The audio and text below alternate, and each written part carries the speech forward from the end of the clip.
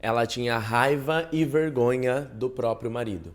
Isso fez ela se afastar, se isolar e parar de ter vida social com ele em alguns lugares. Esse é o caso de uma mentorada que chegou para mim e disse: Nicolas, eu tenho uma vida ótima, meu profissional está estabilizado, eu construí muita coisa, minha relação também é muito boa, mas eu sinto por muitas vezes uma raiva incontrolável, uma repulsa, uma vergonha do meu marido que eu não sei de onde vem. Então eu pedi para ela me explicar como que isso acontecia. E ela me disse: olha, é algo aleatório. Nós estamos vivendo no dia a dia, normalmente, e de repente, alguma coisinha faz eu sentir uma raiva, uma repulsa, um negócio incontrolável. E para não criar briga, para não criar caso, até mesmo porque nem eu sei explicar de onde vem tudo isso que eu sinto, eu me afasto, eu me isolo, eu fico quieta e às vezes demora 1, 2 dias para aquilo passar. E aí eu fico quieta e ele não entende nada e eu também não vou explicar porque eu também não sei de onde essa raiva vem. Então depois passa. E também eu tenho episódios de vergonha. Eu não gosto de ser vista, ter a possibilidade de ser vista por pessoas que apenas me conhecem e não conhecem ele. Se forem pessoas que conhecem nós dois, eu não tenho problema. Mas eu tenho muita vergonha de sair em determinados lugares com ele, onde pode ter a possibilidade de outras pessoas que só me conhecem e não conhecem ainda ele, nos verem na rua. E não há nada de errado com ele, Nicolas. Eu não sei porque eu sinto essa vergonha.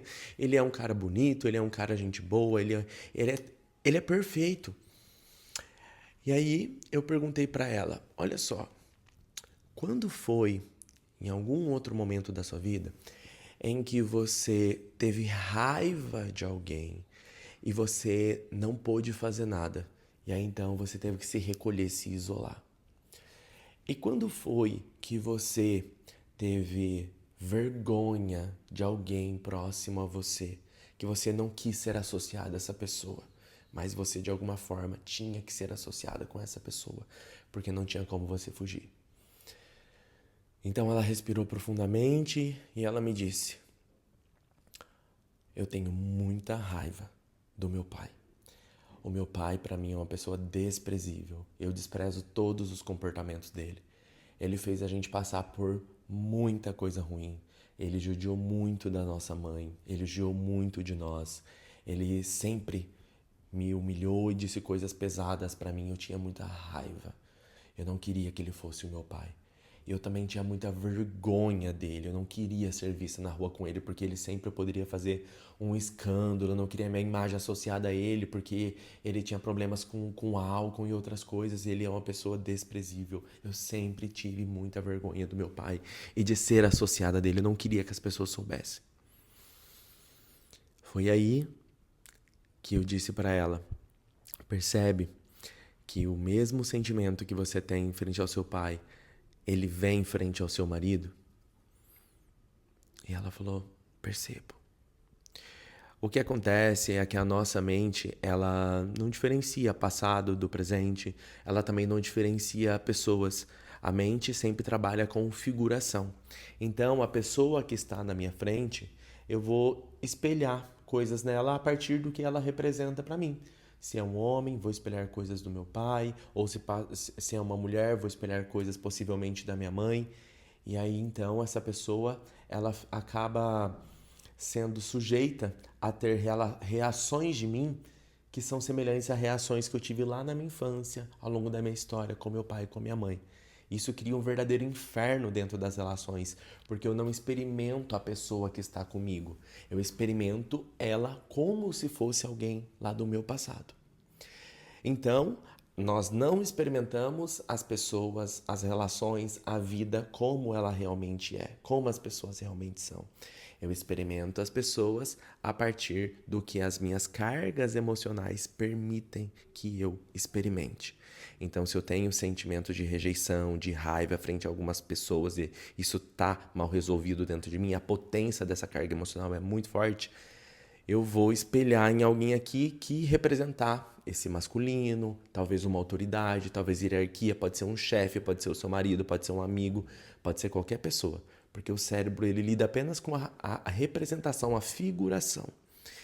Então, quando nós identificamos isso dentro da sessão, nós iniciamos um processo de constelação familiar, uma dinâmica sistêmica. Eu já tinha colocado ela em contato com a causa, por isso que funciona tanto. Primeiro a gente coloca a pessoa em contato com a experiência e depois então a gente vai para o processar carga.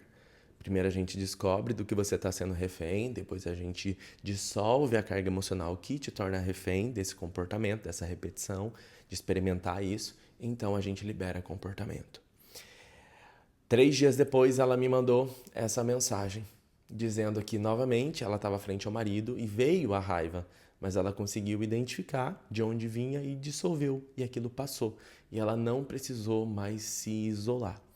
Isso acontece porque nós tentamos parar de sentir, nós tentamos mudar o nosso comportamento quando a carga emocional está muito alta ainda, que era o caso dela. Ela até entendia, nossa, é a mesma dinâmica do meu pai, mas ela não conseguia mudar o sentir e o comportamento por conta da carga emocional. A carga emocional está muito alta, ela tem mais força sobre você do que o seu próprio eu consciente. E aí você fica vivendo aquele efeito gangorra.